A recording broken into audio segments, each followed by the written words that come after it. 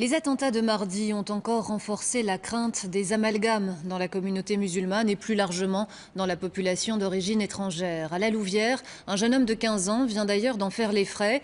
Il s'est fait insulter et agresser physiquement par un élève de son école en raison de ses origines et de sa religion. Natacha Mann l'a rencontré.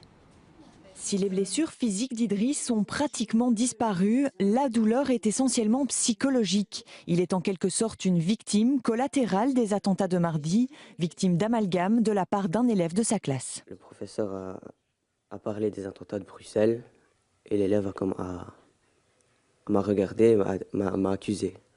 Il a commencé à me dire des insultes racistes, donc sale arabe, sale islamiste. Moi, j'ai pas aimé, je suis resté calme. Mais les choses ne s'arrêtent pas là. À la sortie de l'école, Idriss se fait mettre à terre par l'élève qui l'a insulté. Il reçoit des coups au visage et sur le reste du corps. Lorsqu'il rentre à la maison, c'est l'incompréhension. En fait, j'ai ouvert la porte et j'ai trouvé un jeune garçon complètement perdu. Je me demandais ce qui s'est passé. Moi, dans ma tête, c'est une bagarre de jeunes. Non, ça a été justement les insultes. La maman décide alors de se rendre à l'école afin d'obtenir des explications. Là-bas, elle ne se sent pas soutenue.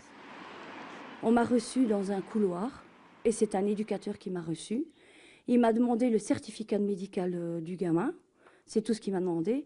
Et ils n'ont pas demandé comment allait le gamin, comment allait mon fils, Rien, il n'y a pas eu de compassion en fait. L'école d'Idriss condamne les faits et affirme que ceux-ci ne resteront pas impunis. Elle n'a cependant pas souhaité répondre à nos questions. Les parents ont quant à eux décidé de porter plainte. Ils refusent de laisser passer ce type d'agression. On sait qu'il va y avoir des agressions, malheureusement, qu'il va y avoir des amalgames.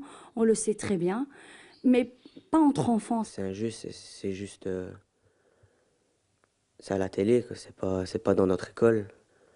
Comment est-ce que tu vis tout ça? Un peu choqué. Et seulement choqué en fait. Je pense qu'à ça.